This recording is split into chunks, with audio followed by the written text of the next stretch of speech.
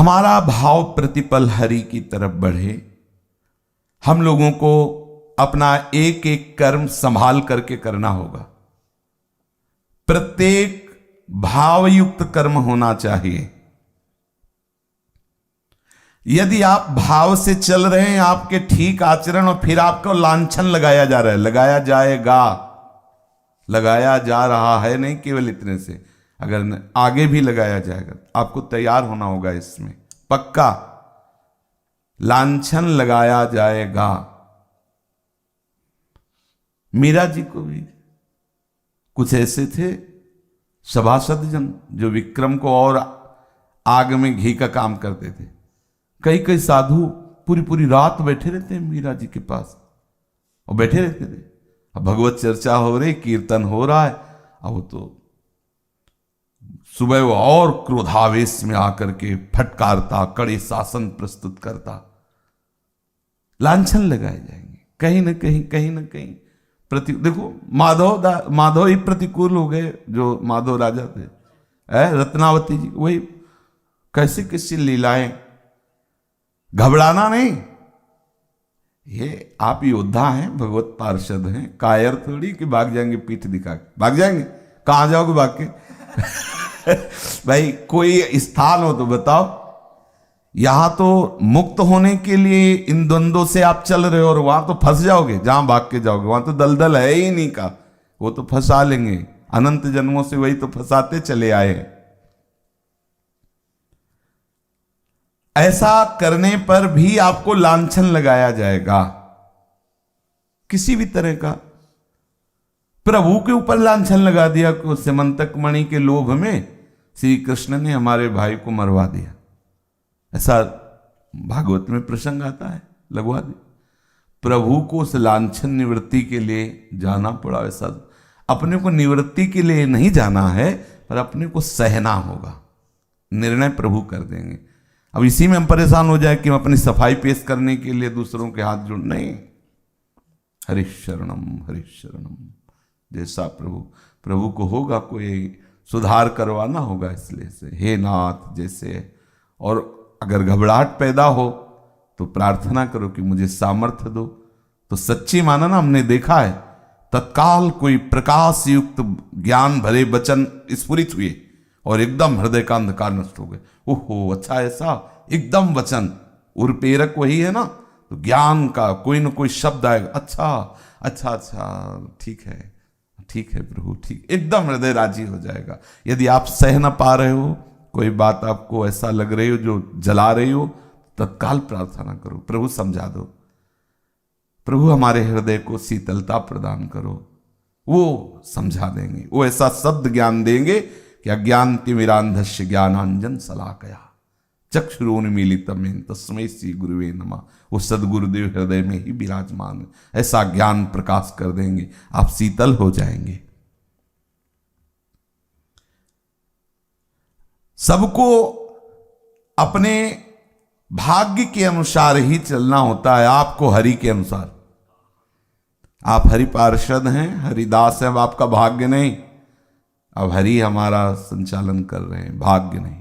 भाग्य से थोड़ी भगवत प्राप्ति होती है। हरि जिसके सारथी होते हैं वही इस महाभारत में विजयी होता है।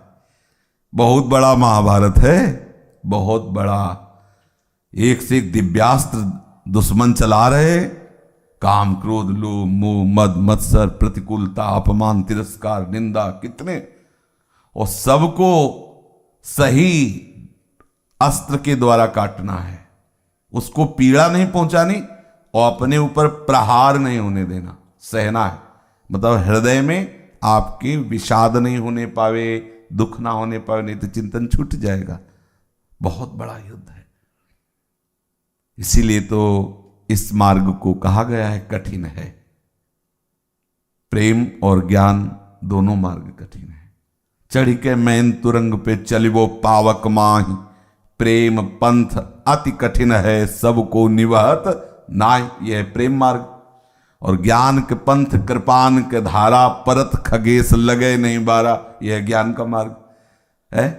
तो बोले फिर न प्रेम का मार्ग न ज्ञान का मार्ग, संसार का मार्ग, वो ये तो महाभयावह है। इसमें तो कोई कोई रास्ते नहीं निकलने का, ये तो महा भयावह है, इसमें तो दुख ही दुख है। दुखालयम अशाश्वतम, ये तो सत्ता ही नहीं, बड़ा दुखद है, बड़ा नाशवान है, इसमें तो कोई भागो। पर ये चढ़ाई चढ़नी ही पड़ेगी, इसलिए तैयार। और इस चढ़ाई में अगर आप सुलझ जाओगे ना तो आनंद रहेगा। ऐसा नहीं कि जलते हुए चला जाता, ऐसा भी नहीं है। कोई गाली दे रहा हो, जब आप ये सूत्र रखोगे ना, मुझे क्षमा करना है, तो आप देखना उस समय भी थोड़ा, जितना आप विश्वास दृढ़ किए हो उतना आपको बचत हो जाएगी, और एकांत में आप आनंद से नाचने लगोगे। आहा, हरि की कैसी कृपा। जब आप वहां से बच के निकल आओगे ना तो आपको आनंद की अनुभूति होगी। आहा, आप ऊंचाई पर चढ़ते जाएंगे। पर याद रखो, हर समय सावधान।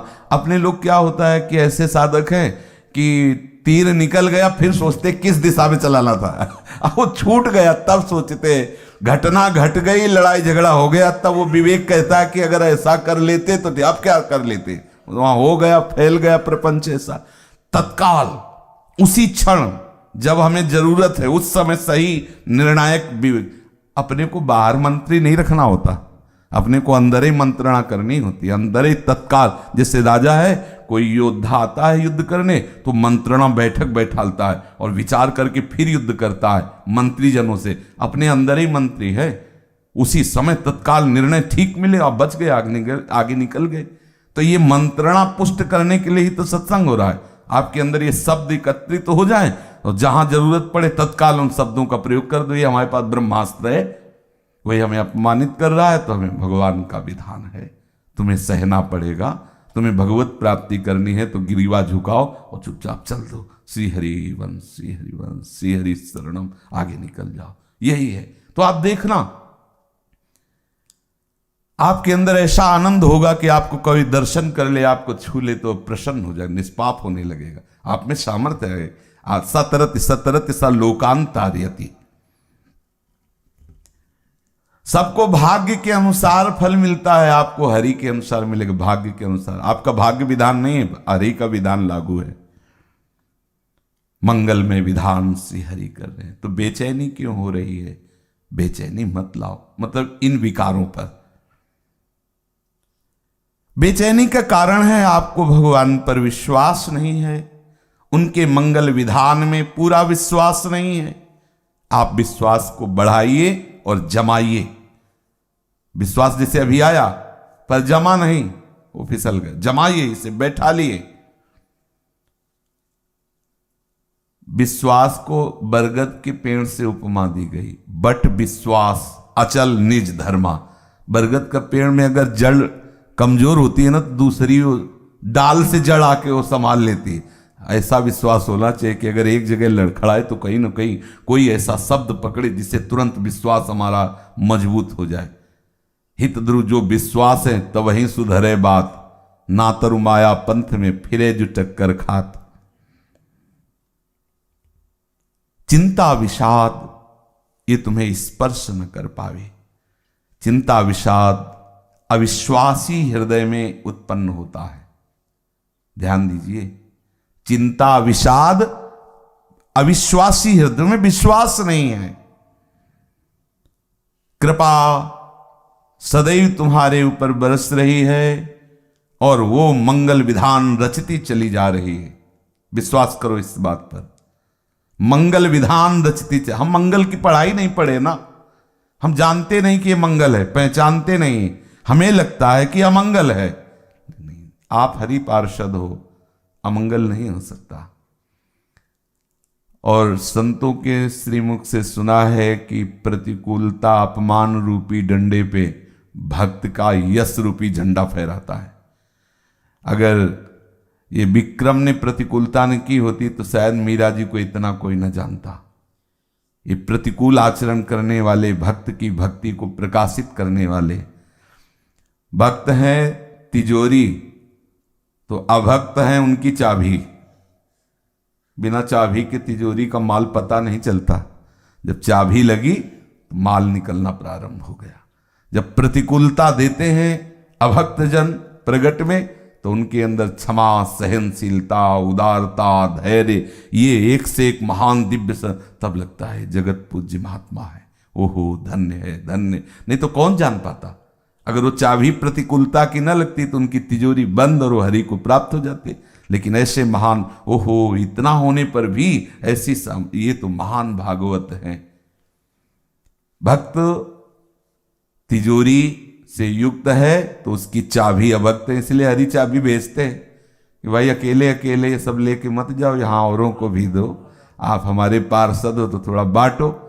और जो कमजोर धनी होता है उसको पूरा धनी बनाने के लिए लगा देते हैं ऐसी आंच अगल बगल से कि आप पक्के बनो, फिसलो मत, सच्चे मार्ग के पथिक बनो। अगर हरि ये मंगल विधान न करे तो माया मंगल विधान करती रहेगी, वो मानेगी तो है नहीं। इतनी प्रतिकूलता हरि सामने रखते हैं कि उसको उधर की तरफ याद ही नहीं आता, वो अपने उसी सुलझाने में परेशान हो रहता है।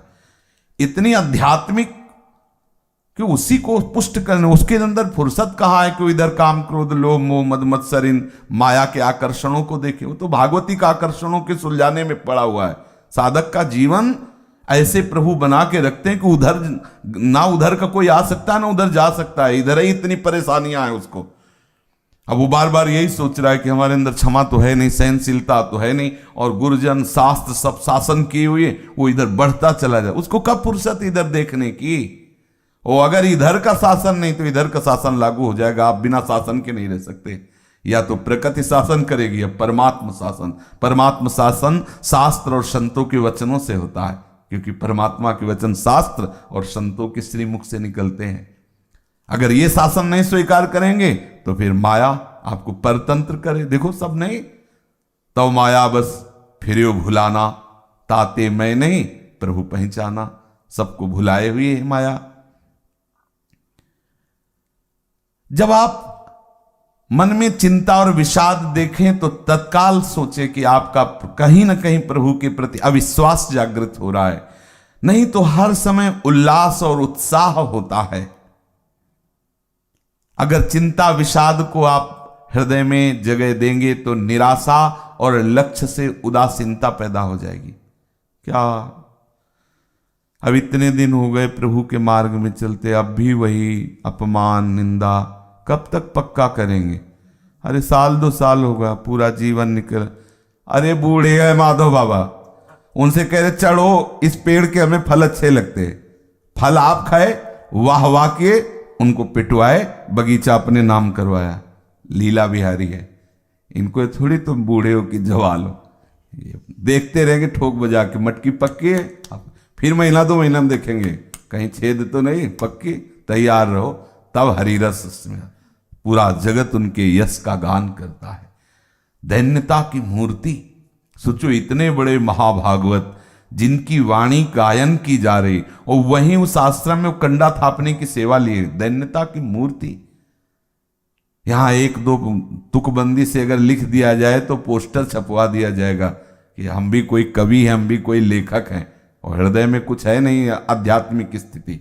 और वो ठाकुर जी उनके साथ डोल रहे, ऐसे अध्यात्म में छके हुए हैं वो, और उन्हीं के जय जय जगन्नाथ ग्रंथ का गायन हो रहा है, और आप उसी आश्रम में कंडा थापने की सेवा लेकर के रह रहे और चुपचाप बैठ करके भगवद यश श्रवण करते हैं। कहीं कोई अभिमान नहीं। देखो कैसे प्रभु के पार्षद होते हैं, कहीं कोई नहीं तो होता ना कि जो आप ग्रंथ गा रहे हो ना, इस दास के द्वारा ही लिखा हुआ है। हाँ भाई कहेंगे जरूर दास, पर वो अच्छा आप जगन्नाथ बाबू बैठो, नहीं यहाँ डालो, मेज डालो, कुर्सी डालो, बैठे, बाबा पूजिनी का ग्रंथ है। दूसरों ने जब देखा अरे तो बाबा प्रणाम, बाबा, तब सबको बताया कि जिनसे कंडा थपवा रहे तुम्हें पता है ये कौन? ये जगन्नाथ के माधवदास बाबा है। वो मंगलमय प्रभु अपने विधान के द्वारा आपको महात्मा बना रहे हैं, विश्वास करो। महात्मा शब्द गृहस्थ विरक्त नहीं, महात्मा शब्द उसी के आगे लागू होता है जो हरिदासत्व के सद्गुणों से युक्त होता है। उसमें कोई वेश प्रवृत्ति निवृत्ति मार्ग ऐसा नहीं। महात्मा शब्द साधु शब्द उसी के ऊपर लागू होता है जो भागवतिक हरिदासत्व के सद्गुणों से युक्त होता है। प्रतिकूल परिस्थिति को हरिदासों में अनुकूल बनाने की कला आ जाती है। जो भगवान के शरणागत होते हैं उनमें कला ये भगवान देते हैं। समस्त कलाओं के स्वामी है ना, आचार्य है ना, तो प्रतिकूल परिस्थिति देते हैं, फिर अंदर देते हैं वो कला कैसे इस अनुकूल बनाई जाती है।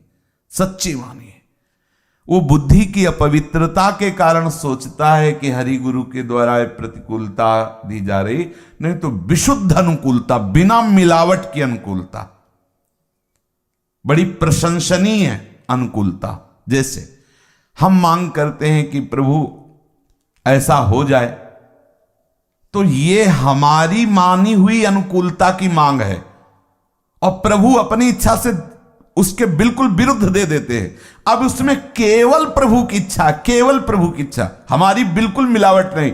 वो है मंगल भवन, अब उसमें केवल मंगल ही मंगल, हमारी मांगी हुई अनुकूलता प्रभु दे दें, उसमें मिलावट है तो हो सकता है वो हमें बाधा कहीं पहुंचा दे।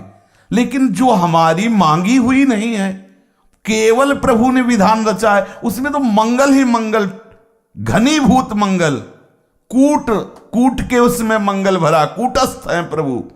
अब क्या चिंता। पर भैया ये प्रवचन है केवल, जब उतारने का नंबर आएगा तब पसीना निकल आता है, बुद्धि हार जाती कि कैसे सहूं, कितना सहूं, कब तक सहूं। जब तक श्वास है तब तक सहो, हरि शरणम ऐसे सहो, मैं हरि की शरण में हूं। बहुत एक भगवत मार्ग है। देखो अपने लोग उस कोट के नहीं हैं, नहीं तो जब तन समर्पित तो महाराज ने आरा चलवा दिया है ऐसे मोरध्वज चरित्र में। तन समर्पित, बोले प्रभु ये तन आपका, तो आ रहे हैं आप, आरा चलाओ।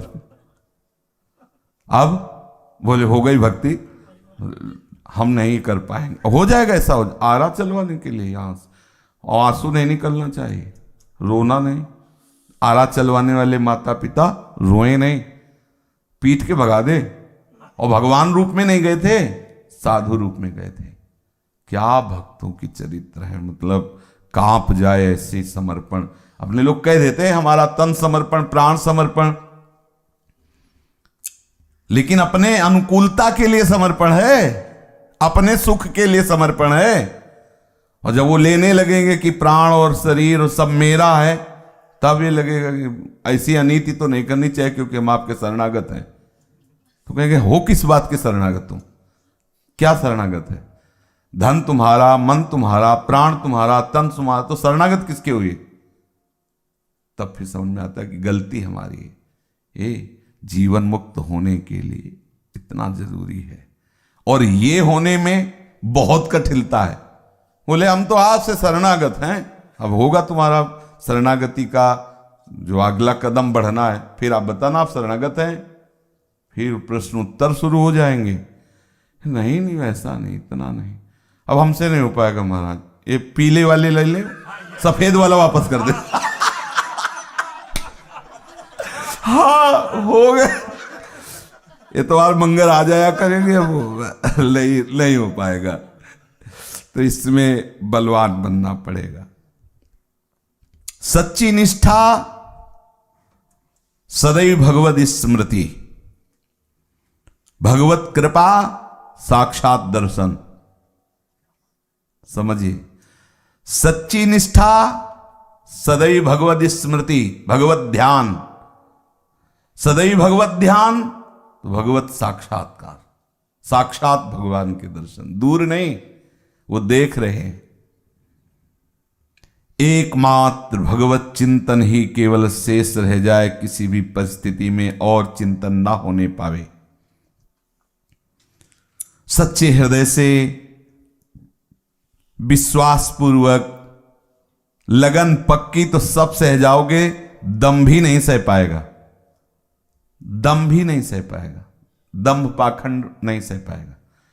पक्का समझ लो, इस मार्ग की यही परीक्षा है। सम्मान तो अरे क्या कहना है, साधु सम्मान, तो सम्मान कौन नहीं सह जाएगा? सब प्रणाम करें, जय हो भगवान हो, अच्छा लग रहा है, बढ़िया लग रहा है, हूं भगवान भाई। और जब वो शुरू किए प्रतिकूलता का, तब लगना चाहिए। वास्तविकता तभी है जब अपमान को, निंदा को हम अमृत की तरह स्वीकार करें, क्योंकि वो अमृत है। ये बैठा लो दिमाग में, बहुत आवश्यक चीज है। ये सम्मान, ये मान, ये विष है परमार्थ के पथिक, इसको सेवन में मत लाओ, स्वीकार मत करो अंदर से। और अपमान, तिरस्कार, ये अमृत है, इसे स्वीकार करो। पर बिल्कुल उल्टा है स्वभाव इस समय। मान तो अमृत जैसा लगता है, कितना श्रद्धावान है। देखो, नहीं विवेक है, भक्त है, तभी तो साष्टांग दंडवत करता है। भगवान दूसरे को तैयार कर दिए कि दूसरे कोने में मिलो इसको। देखो कि धूर्त है, धूर्त वैष्णव संत को ऐसा, अरे सब नरकगामी हैं। अब नहीं देख रहा कि मेरे स्वामी हैं, अब वो देख रहा नरकगामी। यही है, दम्भ चलाओगे, पाखंड चलाओगे तो हरि मार्ग में नहीं चल सकते। संसार भले पूजे, संसार भले आपको भेंट दे, लेकिन हरि कृपा के आप पात्र नहीं। हरि कृपा पात्र बनने के लिए ये दम्भ नहीं चलेगा, पाखंड नहीं चलेगा, सहना पड़ेगा। एकमात्र भगवद आश्रय और सावधानी और दंभ से बचो, बनावट से बचो। बनावटी नहीं, सच्ची वृत्ति लाओ, निश्चय पक्का। सबसे बुरा है दंभ, काम क्रोध से भी ज्यादा बुरा है। काम क्रोध आदि सरल रोग हैं, लेकिन दंभ बहुत बुरा है, क्योंकि वो बुराइयों को ढक करके सद्गुण प्रकाशित करने का नाटक करता है। काम क्रोध है सोया हुआ पुरुष, बेचारा, उसको जगाया जा सकता है, ए जगो। और दंभी है जगा हुआ सोने का नाटक करने वाला, ये बहुत बुरा है। चाहे पानी डालो, अब वो तो नाटक ही कर रहा हो, कोलेगा ही ले, वो नाटक कर रहा है। और सोया हुआ पुरुष एक बूंद पानी पड़ा तत्काल जग जाएगा। काम क्रोधी, कामी क्रोधी सोया हुआ पुरुष, मोहांधकार में सोया हुआ। लेकिन दंभी वो सोया हुआ नहीं, वो जानबूझकर सोने का नाटक करने वाला है। इसलिए बोले बहुत बुरा है, इसे ठीक करना बड़ा कठिन है। दंभ से कोई भी इस मार्ग में विजय प्राप्त नहीं करता। नाटक न करें, दिखावा न करें, बनावट न करें, सच्चे बनो। हरि अंतर्यामी है, वो सब कुछ आपकी जानते हैं। उन्हीं के लिए तो, अच्छा कोई रीझ जाएगा, क्या देगा, क्या देगा? रुपया, पैसा, कपड़ा, फल फूल, इनसे क्या होना है? एक जीवन में कुछ समय के लिए तुमने मिठाई फल आदि पा ली, इसके बाद दुर्गति होगी तुम्हारी, क्या करेगा? ये मिठाई फल आदि रक्षा कर पाएंगे? हरि आश्रित हो, माना कि एक दो दिन भूखे भी रह सकते हो, रूखा सूखा मिल, लेकिन महान प्रेमामृत मिलने वाला है, अविनाशी चिदानंदमय है, सदैव सुख में रहोगे। इसलिए दंभ नाटक नहीं करना, बनावटी मत करो। दंभी का फिर क्या होता है? सारा जीवन केवल बनावटी में जाता हो। हर चीज वो ऐसी पेश करना चाहता है कि हम सिद्ध हैं, हमें भगवत साक्षात्कार हो गया है, या मतलब हम बहुत सद्गुणी महात्मा है। वो इस बनावट में पूरा जीवन लगा देता है। ये पूरा जीवन को बर्बाद करने वाली वस्तु है। बिन विवेक वैराग्य भक्ति बिन सत्य न एको मानो। इस मार्ग की सत्यता है कि आपका दिन प्रतिदिन विषयों से वैराग्य बढ़े, विवेक हर समय जागृत रहे, आपके हृदय में प्रभु के चरणारविंद के प्रति भक्ति अनुराग बढ़े। यह सत्य विषय है। जिसके हृदय में बनावटीपन आने लगता है, सरलता जाने लगती है, दंभ आ जाता है, वो निश्चित नरकगामी होता है। दंभ बहुत बुरा है। प्रभु भी कह रहे हैं ना, मोई कपट छल छिद्र न भावा। ये ठीक नहीं, कपट दंभ ठीक नहीं। जिनके कपट दंभ नहीं माया, तिनके हृदय बसहु रघुराया। अगर हम कामी हैं, हमारे अंदर अन्य भी दोष हैं, तो हम ईमानदारी से प्रभु की शरण में वैसे ही भाव से जाएं, प्रभु हम दोषी हैं, तो फिर वो कह रहे हैं करो सत्य ते साधु समाना, मैं उसे साधु बना दूं। लेकिन आप कपट दंभ करें तो प्रभु कह मुझे अच्छा नहीं लगता। अच्छा वो अंतर्यामी, वो सब जानते हैं। संसार की गति बड़ी विचित्र है। शास्त्रों का स्वाध्याय किया और दूसरों को सावधान करने वाले उपदेश दिए, आप माया की धारा में स्वयं बह रहे। ये महापुरुषों के वचन हैं। सत्संग सुनते हैं, दूसरों को सुना करके अपने आप को हम बड़ा प्रवीण मानते हैं। शास्त्र स्वाध्याय करते हैं, उनकी बातें दूसरों को सुनाकर अपनी छाप लगाते हैं कि हम बहुत ज्ञानी हैं, बहुत विद्वान हैं, लेकिन हम बह रहे हैं उसी माया की धारा में। ये माया मरीचिका है, यहां कभी तृप्ति या शांति नहीं होने वाली। ऐसा जान करके हे शास्त्र स्वाध्याय करने वाले, हे सत्संग करने वाले उपासक, शास्त्र और सत्संग की बातों को अपने आचरण में उतारो, अपने जीवन में लाओ, तभी तुम्हें शांति का अनुभव होगा, तभी तुम्हें भगवत महिमा का अनुभव होगा, तभी तुम्हारे अंदर आध्यात्मिक शक्ति बढ़ेगी। जो भजन न करके केवल शास्त्र की बातें बोलता है, वो आध्यात्मिक परिचय प्राप्त नहीं कर पाता है, उसे आध्यात्मिक शक्ति या शांति नहीं मिलती, उसे माया बहुत बुरी तरह लताड़ती है। शब्द याद रखना, शास्त्र और सत्संग की बातें दूसरों को सुनाकर प्रभावित कर लेने वाले को माया बहुत बुरी तरह लताड़ती है, बहुत बुरी तरह उसकी दुर्गति करती है। आध्यात्मिक बल तभी आएगा जब आप शास्त्र की आज्ञा के अनुसार अपने आचरण बनाओगे। भजन, इस प्रपंच से बचने का उपाय शास्त्र ज्ञान नहीं है, भजन है। भजन, भजन के बिना इस प्रपंच से आप मुक्त नहीं हो सकते। प्रच्छन्न रूप से हृदय में छिपी हुई भोग वासनाएं उपदेश करने से नहीं चली जाएंगी, भजन करने से। दूसरों को उपदेश करना बहुत आनंददायक लगता है, लगता है ना हम श्रेष्ठ हैं, सब श्रद्धा से सुन रहे हैं, ये बेचारे हैं हम बहुत। फिर माया उनको बताती तुम क्या हो। अगर भजन नहीं करोगे तो उपदेश देने मात्र से लोग प्रभावित हो जाएंगे, प्रणाम नमस्कार भेंट आदि मिलेगा, लेकिन आध्यात्मिक ऊर्जा, आध्यात्मिक शांति, क्षमा, धैर्य आदि ये सद्गुण नहीं आएंगे।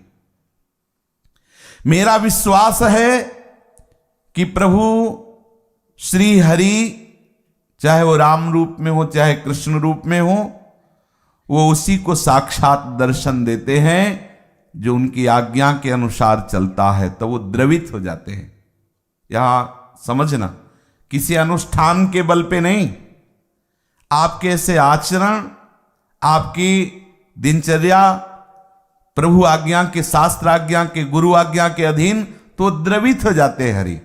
जैसे मैया बांधने के लिए भाग रही है, तो लाला द्रवित होके पीछे देखा कि पसीना पसीना मैया हो रही, तो आप धीमी चाल करके रुक गए और बंध गए।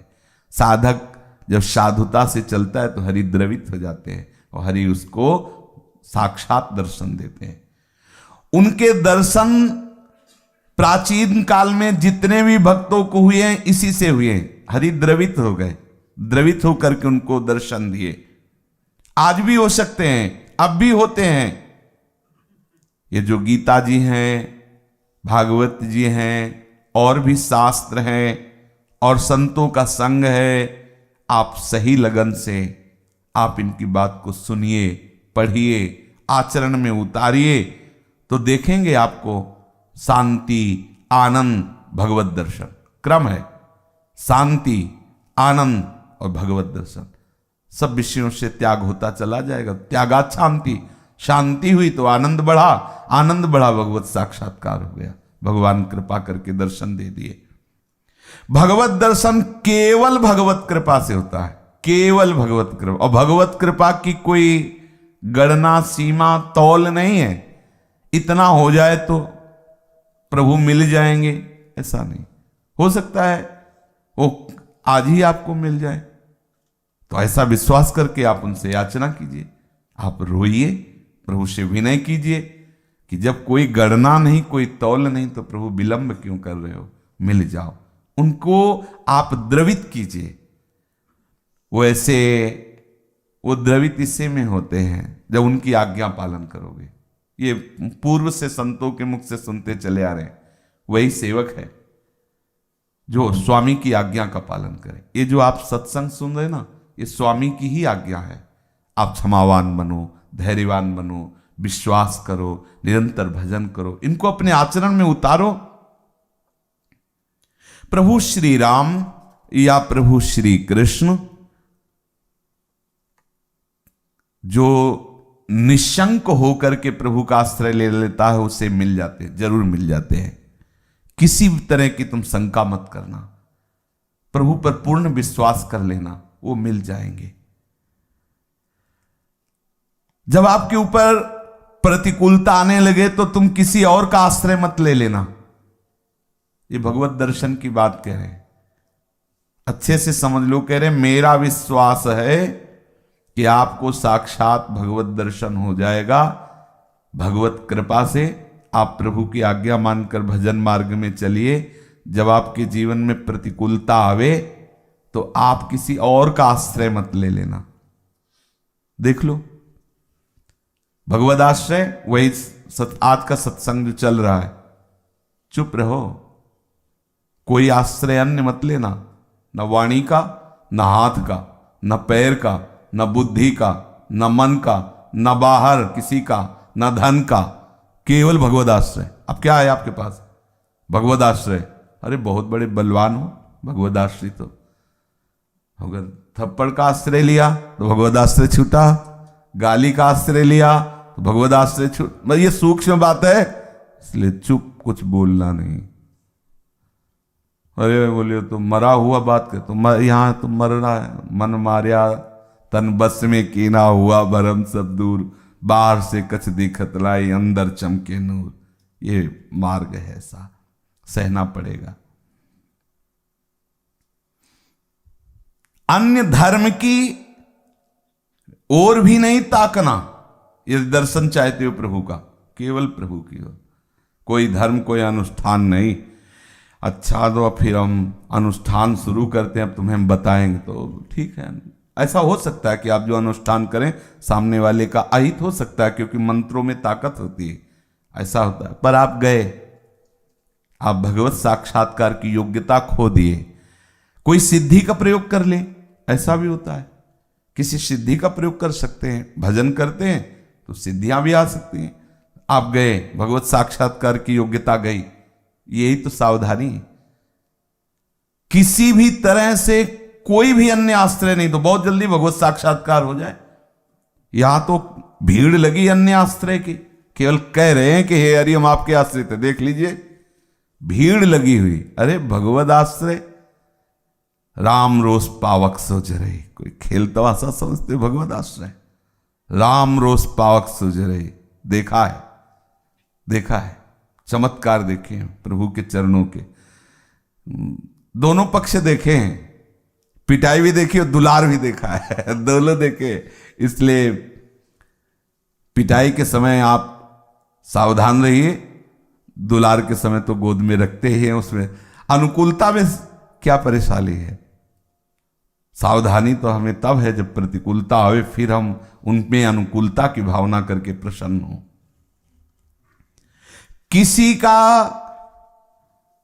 जो विरोध आपके प्रति हो, आप उससे विरोध न करें और ये माने कि हमारे सर्वेश्वर इष्ट प्रभु श्री राम या प्रभु श्री कृष्ण ये विभिन्न लोगों के द्वारा हमें भगवत प्राप्ति के योग्य बना रहे हैं। भगवत दर्शन करना है तो भगवत दर्शन के लिए तैयार हो। भगवान पार्षद भेज रहे, और चार भुजा और धनुष बाण और तलवार और मुकुट लगा के थोड़ी आएंगे। हो सकता है ऐसी रूप रख के आवे और आपको, इसलिए बहुत धैर्य पूर्वक रहें। है बहुत कठिन, हम फिर बार बार कह रहे कि कथा सुन लेना, कीर्तन कर लेना, नाम जप कर लेना, यद्यप कठिन पर सरल है, लेकिन आई हुई प्रतिकूलता, अपमान, निंदा, परुख वचन, इनको सह लेना बहुत कठिन, बहुत कठिन। ये हृदय की बात कहते हैं, कुछ सुलझी हुई समझी हुई बात कह रहे। कितना लड़ेंगे? थोड़ी अगर विवेक सही नहीं है तो थोड़ी देर के बाद ये होगा कि अब जो होगा सो होगा, बहुत हो गया, अब बहुत हो गया, आप तो निपटी ले। अब कहां का किससे निपटना है? अपने आप में ही परेशान हो जाना, कुछ निपटना। आप निपट ही नहीं सकते, नहीं निपट सकते। आप मान लो किसी से लड़ने के लिए कह रहे, हाँ ठीक है, आप जा रहे हो, सामने आपका एक्सीडेंट, आप क्या निपटोगे? कितना लड़ोगे? 1 मिनट में फैल गए सारे शरीर, क्या फर्क? लो कैंसर, लो निपटो। अरे उसके पास इतने प्रोग्राम है, ऐसे प्रोग्राम रख देगा, जीवन भर देखते देखते अंत नहीं। ऐसे रहो, चुप रहो, यही डर हरिवंशित जिनो भ्रमय गुण सलिल पर, जी नामन मंगल लोक त्यों सुहरि पद। निकल चलो, चुपचाप निकल चलो।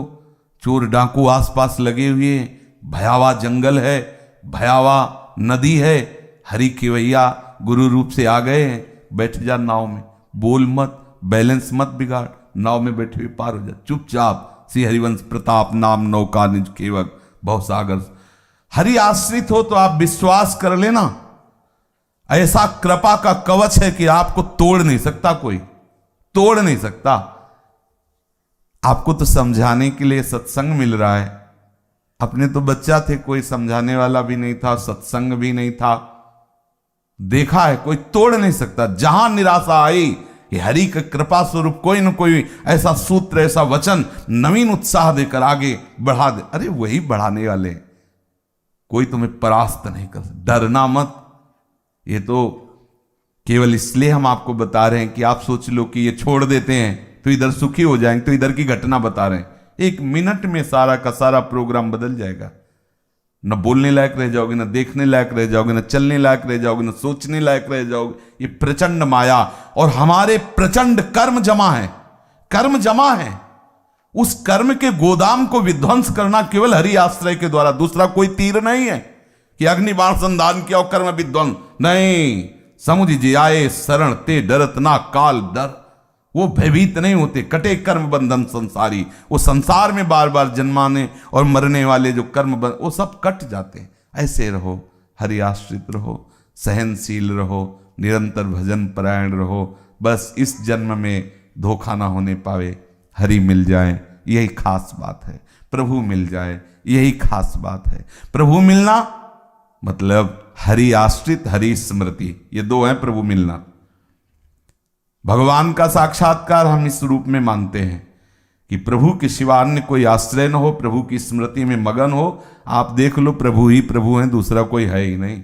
मगन हो जाओगे, 10 दिशाएं प्रभु में, रोम रोम प्रभु में हो जाएगा। केवल ऐसे देव दर्शन की बात नहीं, जागृत स्वप्न सुसुप्ति में केवल हरि ही हरि, प्रिया ही प्रिया, दूसरा कोई नहीं रहेगा। यही पद्धति है। आश्रय दृढ़ और सुमिरन, साथ में सहनशीलता। कैसी भी परिस्थिति हो, सुमिरन न छूटे। कहीं घबराहट पैदा हो रही हो तो प्रार्थना करना, प्रभु आपको विवेक देंगे, प्रभु आपको बल देंगे। जब प्रभु सत्संग दे रहे हैं तो वही हमको विवेक बल भी देंगे, जिससे हम इस दुरंत माया के आक्रमण से अपने आप को बचा सके।